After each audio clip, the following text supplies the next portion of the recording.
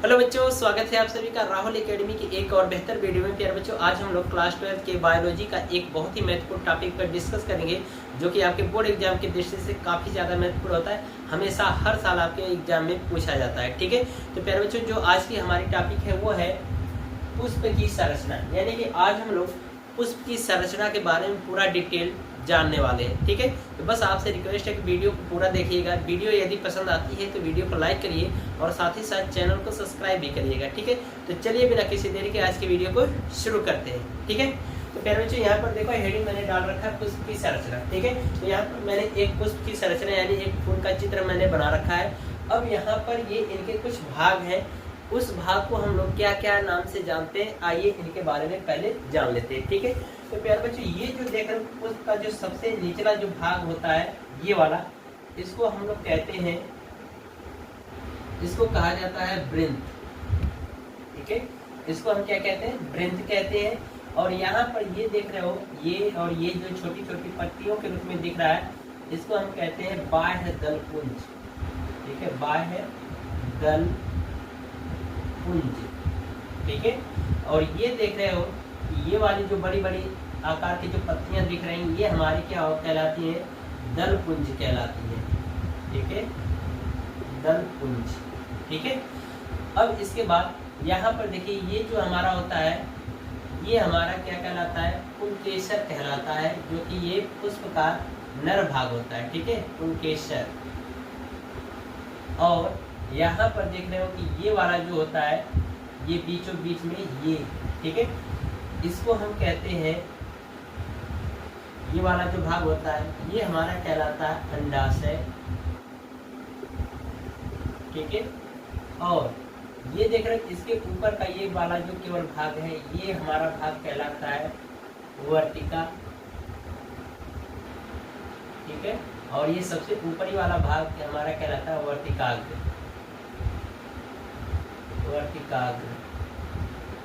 ठीक है, जो कि ये क्या कहलाता है, एक मादा जनन भाग होता है। ठीक है, और ये देख रहे हैं जो पुष्प का ये जो गोला सा भाग है, इसको हम कहते हैं पुष्पासन। पुष्पासन का मतलब जिसपे पुष्प के सभी भाग स्थित होते हैं। ठीक है, तो इसको हम कहते हैं पुष्पासन। ठीक है, ये हमारे पुष्प की संरचनाएं हैं। ठीक है, अब हम क्या करेंगे, एक एक करके इन सभी चीजों के बारे में जानेंगे। सबसे पहले पुष्प। ठीक है, यहाँ पर सबसे पहले हम लोग जानेंगे पुष्प होता क्या है। तो प्यारे बच्चों, जो पुष्प का जो अध्ययन होता है ये एंथोलॉजी कहलाता है।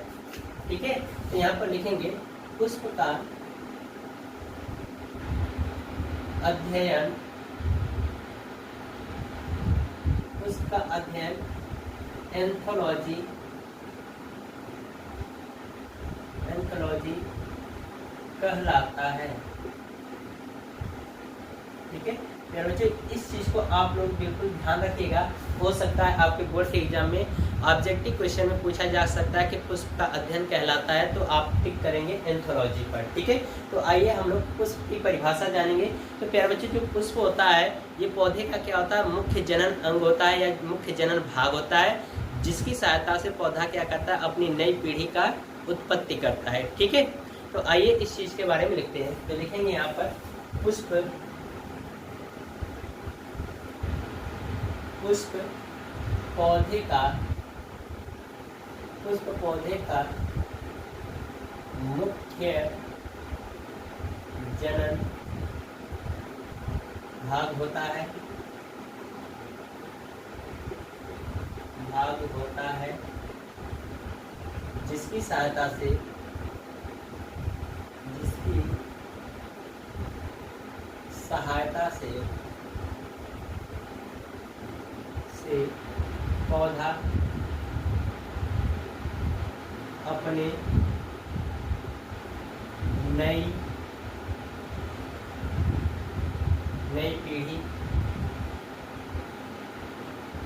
की उत्पत्ति करता है, उत्पत्ति करता है।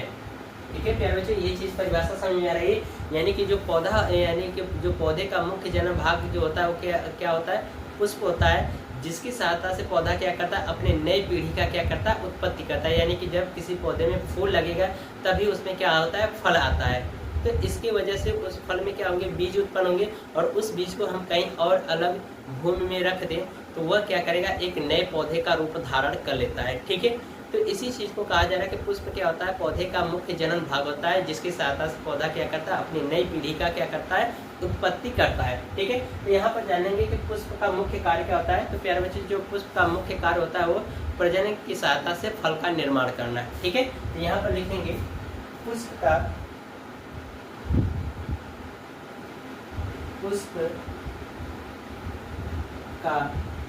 मुख्य कार्य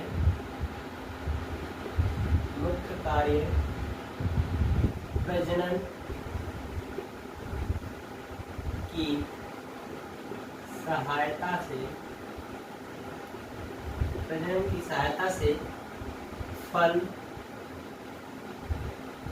का निर्माण करना है।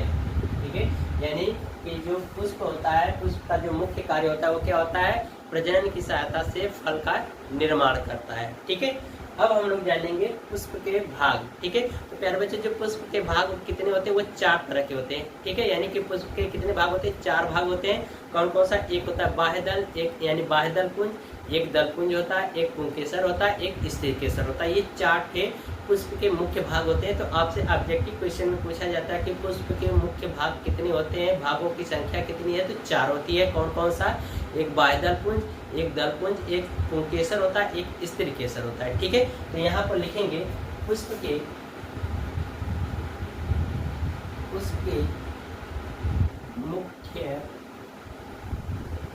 मुख्य 4 भाग होते हैं। ठीक है, कौन कौन सा, यहाँ पर नाम लिखेंगे। पहला बाह्य दलपुंज, ठीक है, जो कि यहाँ पर चित्र में आपको दर्शाया गया है। ठीक है, दूसरा जो होता है वो हमारा होता है दलपुंज। ठीक है, दलपुंज जो कि यहाँ पर ब्लैक इंक से मैंने लिख लिया है। ठीक है, तीसरा जो होता है पुंकेसर होता है। ठीक है, और चौथा जो होता है स्त्री केसर होता है।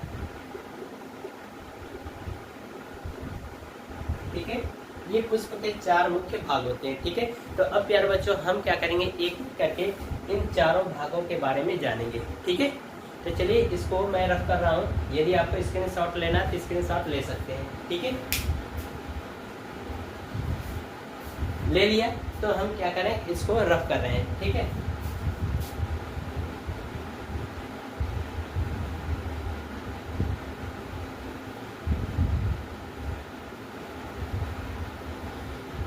अब प्यारे बच्चों यहाँ पर जो संरचना में जो नाम लिखे गए हैं ना, एक एक करके सभी को हम क्या करेंगे, समझेंगे। तो सबसे पहले यहाँ से शुरू करेंगे वृंत से। ठीक है, तो हेडिंग डालेंगे वृंत।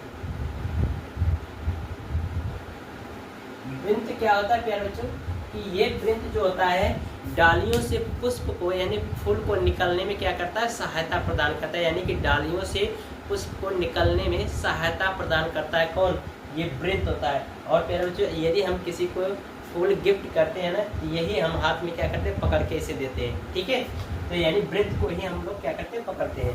तो यहाँ पर हम लोग लिखेंगे कि वृंत के बारे में लिखेंगे। तो लिखेंगे यह पुष्प को डाली से निकलने में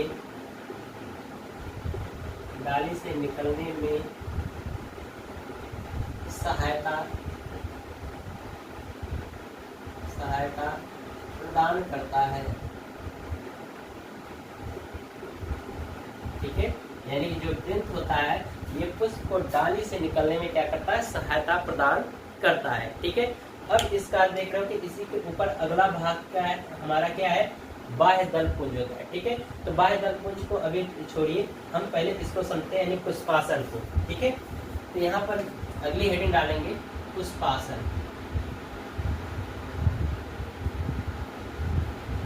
यानी पुष्पासन का मतलब होता है प्यारे बच्चों, यदि हम इसका संधि विच्छेद करें तो यानी पुष्पधन आसन ये होगा। तो इसका मतलब कि वह स्थान जहाँ पर पुष्प के सभी भाग क्या होते हैं, स्थित होते हैं, वो हमारा क्या कहलाता है, पुष्पासन कहलाता है। ठीक है, यहाँ पर लिखेंगे वह भाग यानी यहाँ पर लिखेंगे पुष्पासन, वह भाग होता है, पुष्पासन वह भाग होता है जहाँ पुष्प के सभी भाग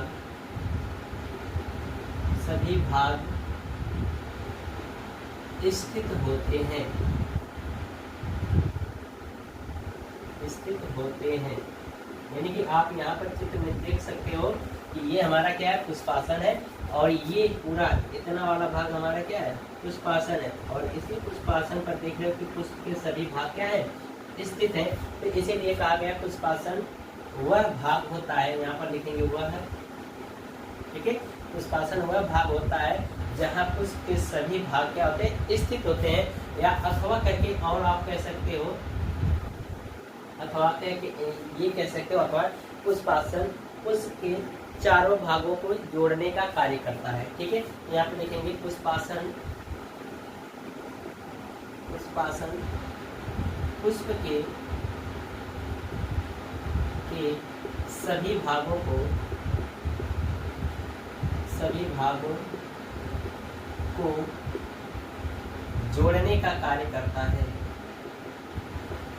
जोड़ने का कार्य करता है, ठीक है, ये चीजें क्लियर हुई। यानी पुष्पासन किसे कहते हैं। ठीक है, तो यहाँ पर हम कह सकते हैं कि पुष्पासन पुष्प के सभी भागों को जोड़ने का कार्य करता है। अब आइए हम लोग जानते हैं बाह्य दलपुंज। ठीक है, तो यहाँ पर हेडिंग डालेंगे बाह्य दलपुंज। बाह्य दलपुंज, ठीक है। तो यहाँ पर क्या है, जो बाह्य दलपुंज होता है ये पुष्प का सबसे बाहरी भाग होता है। ठीक है, जो कि हमेशा यानी कि मुख्यतः हरे रंग का होता है, बात समझ में आ रही, और पत्तियों के समान दिखाई देता है। तो यहाँ पर लिखेंगे यह पुष्प का सबसे बाहरी भाग होता है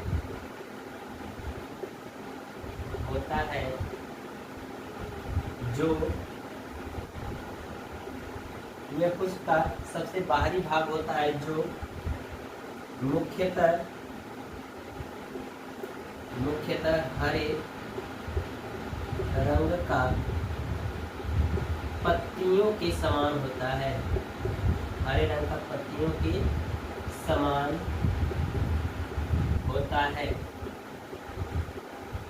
ठीक है, यानी कि यहाँ पर आप चित्र में देख सकते हो ये पुष्पासन के जस्ट नीचे लगा हुआ ये छोटी छोटी पत्तियों के आकार में जो है ये हमारा क्या कहलाता है, बाह्य दलपुंज कहलाता है। ठीक है यार बच्चों, यदि आपको ये चीज़ें समझ में नहीं आ रही होंगी तो एक बार वीडियो को बैक करके पूरा देखिएगा, हर एक चीज़ें समझ में आएंगी। ठीक है, ऐसा नहीं कि ज़्यादा मैं कठिन लैंग्वेज बता रहा हूँ, जैसे मैं चित्र में बता रहा हूँ वैसे ही आपको लिखना है। ठीक है, तो इस पुष्प पर मैं क्या करूँगा, एक शॉर्ट वीडियो बनाऊँगा। ठीक है, जो कि हर चीज़ों को मैं एक रियल फुल ला करके वहाँ पर आपको दिखाऊँगा, हर एक चीज़ें आपको क्लियर हो जाएंगी। ठीक है, तो शॉर्ट वीडियो जरूर आप देखिएगा, बहुत जल्द प्रोवाइड कर दूँगा। ठीक है, तो ये चीज़ें हमारा क्या कहलाता है, बाह्य दलपुंज होता है। तो आप इसको यदि स्क्रीनशॉट लेना चाहते हैं तो ले लीजिए, आगे हम लोग अगला भाग देखेंगे। ठीक है, तो इसको स्क्रीनशॉट ले लीजिए। तो इसका स्क्रीनशॉट ले लिया है, तो चलिए अब हम लोग पुष्प का जो दूसरा भाग होता है वो कौन सा होता है, दलपुंज होता है। तो दलपुंज के बारे में समझेंगे। तो इसको मैं रख कर दे रहा हूँ।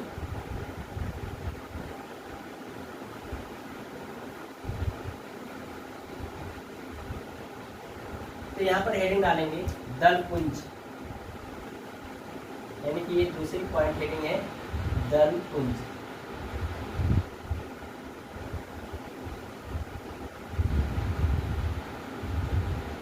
तो यहाँ पर क्या बच्चे, यहाँ पर जो दलपुंज देख रहे हो ये पुष्प का दूसरा भाग होता है। ठीक है, जो कि हर एक रंग का यानी विभिन्न प्रकार के रंगों का होता है, जो कि ये अपने रंगों की वजह से कीटों को अपनी ओर आकर्षित करने का प्रयास करता है। ठीक है, यहाँ पर इसकी परिभाषा लिखेंगे।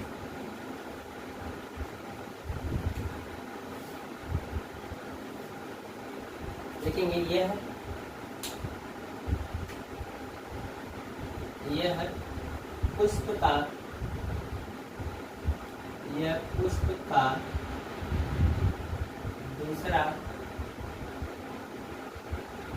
भाग होता है। ठीक है, ये पुष्प का दूसरा भाग होता है तथा यह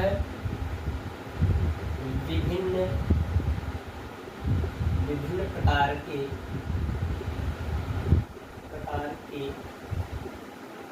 रंगों का, विभिन्न प्रकार के रंगों का होता है। समझ में आ रहा है? यानी कि जो दलपुंज होता है ये क्या होता है, पुष्प का ये दूसरा भाग होता है। यानी पहला भाग हमारा बाह्य दलपुंज है, दूसरा दलपुंज है, इसीलिए कहा जा रहा है कि ये पुष्प का दूसरा भाग होता है तथा यह विभिन्न प्रकार के रंगों का होता है। जैसे कि आप देखोगे गुलाब अगर ज़्यादा डार्क कई टाइप का होता है, एक ज़्यादा डार्क रेड कलर में होता है, एक थोड़ा सा हल्का होता है, एक वाइट कलर का होता है। ठीक है, तो ये अलग अलग क्या होते हैं, रंग होते हैं। और जैसे सूरजमुखी में, गेंदा में देखोगे तो जो बाह्य दलपुंज यानी जो दलपुंज होता है वो हमारा क्या होता है, पीले कलर का होता है। ठीक है, तो ये विभिन्न प्रकार के रंगों का होता है। ठीक है, और यहाँ पर इसमें क्या होता है, विशेष प्रकार की सुगंध होती है। ठीक है, और इसी यानी कि दलपुंज को ही हम क्या करते हैं, सूंघते हैं। तो यहाँ पर लिखेंगे इसमें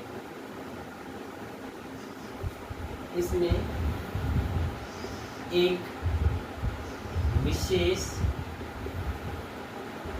प्रकार की सुगंध, विशेष प्रकार की सुगंध होती है। बात समझ में आ रही है? ये हमारा क्या कहलाता है, दलपुंज कहलाता है। अब हम लोग पूरा भाग जिसे हम लोग कह रहे हैं पुंकेसर। ठीक है, यहाँ पर मैंने हेडिंग डाल रखा है पुंकेसर। ठीक है, इसमें लिखेंगे यह बच्चों जो पुंकेसर होता है ये पुष्प का नर भाग होता है। इसके दो भाग होते हैं, कौन कौन सा, एक परागकोश होता है, दूसरा कुतंतु होता है। ठीक है, यहाँ पर लिखेंगे यह पुष्प का नर भाग होता है। इसके दो भाग होते हैं, कौन कौन सा प्यारा बच्चों होगा, पहला जो भाग होगा इसका एक पॉइंट, वो कौन सा होगा, परागकोश। ठीक है, परागकोश में क्या उपस्थित होते हैं, परागकण उपस्थित होते हैं। ठीक है, ये ध्यान रखना। यानी कि ये वाला जो भाग है ऊपर का पुष्प में, इसको हम कहते हैं परागकोश, और इसी के अंदर क्या होते हैं, परागकण उपस्थित होते हैं। और बाकी ये जो रेशे नुमा या धागे नुमा संरचना दिख रही है यहाँ से यहाँ तक, इसको हम कहते हैं कुतंतु। तो ये क्या होता है, पुंकेसर का दूसरा भाग होता है कुतंतु। ठीक है, तो ये हो जाएगा कुतंतु। और समझ में रही, इन्हीं दोनों को मिला करके बनता है पुंकेसर। समझ में आ रही? तो अब हम लोग पुष्प का अगला भाग देखेंगे जिसको हम कहते हैं स्त्री केसर। तो यहाँ पर नाम क्या मैं लिख दे रहा हूँ, दर्शाया नहीं, यहाँ पर लिख दे रहा हूँ स्त्री केसर। ठीक है, ये वाला जो भाग है पूरा हमारा, ठीक है, ये हमारा क्या कहलाता है, स्त्री केसर कहलाता है। ठीक है, तो यहाँ पर हेडिंग डालूंगा मैं स्त्री केसर। यदि आपको इसको स्क्रीनशॉट लेना तो ले लीजिए, आगे इसको मैं रख करूँगा। ठीक है, तो यदि लेना हो तो ले लीजिए, ले लिए। चलिए इसको रख करता हूँ।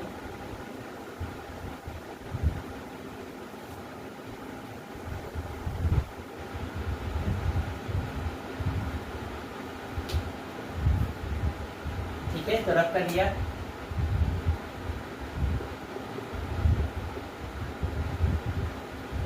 ठीक है, तो अब हम लोग पढ़ेंगे स्त्री केसर। तो यहाँ पर हेडिंग डालेंगे, चौथा पार्ट है पुष्प का स्त्री केसर। ठीक है प्यारे बच्चों, तो यहाँ पर स्त्री केसर में जानेंगे कि ये जो स्त्री केसर होता है पुष्प का मादा भाग होता है। ठीक है, तो लिखेंगे यह पुष्प का मादा भाग होता है। यह पुष्प का मादा भाग होता है। इसके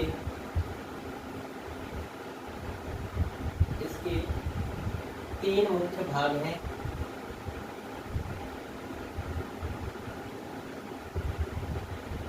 इसके 3 मुख्य भाग हैं, यानी प्यारे बच्चे जो स्त्री केसर होता है, स्त्री केसर जो होता है ये पुष्प का मादा भाग होता है, जो कि ये भी कितने भाग में बटा होता है, 3 भाग में। तो यहाँ पर ये पूरी संरचना जो देख रहे हो, ये यहाँ से लेकर के ये पूरा,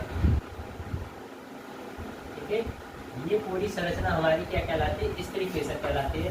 तो इसी चीज को मैं अलग से आपको बना करके दिखाऊं कि ये जो संरचना है आपको दिख रहा है पुष्प में, ठीक है, इस तरह से। तो ये हमारा क्या कहलाता है, अंडाशय कहलाता है। बाकी ये वाला जो होता है हमारा वर्तिका होता है, और लास्ट वाला जो भाग होता है वर्तिकाग्र होता है। बात समझ में आ रही? तो यही चीज हम लोग यहाँ पर लिखेंगे कि यह पुष्प का मादा भाग होता है। इसके 3 मुख्य भाग हैं। पहला कौन सा है, ये पॉइंट लिखेंगे। पहला भाग इसका होगा अंडाशय,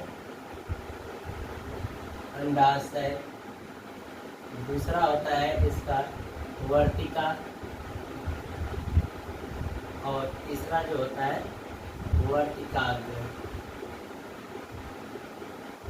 ठीक है, तो इस तरह से प्यारे बच्चों आज की हमारी जो वीडियो वो कंप्लीट होती है। प्यारे बच्चों यदि यह वीडियो आपको पसंद आई हो तो वीडियो को लाइक कर दीजिए, और साथ ही साथ चैनल को सब्सक्राइब भी कर लीजिएगा। ठीक है।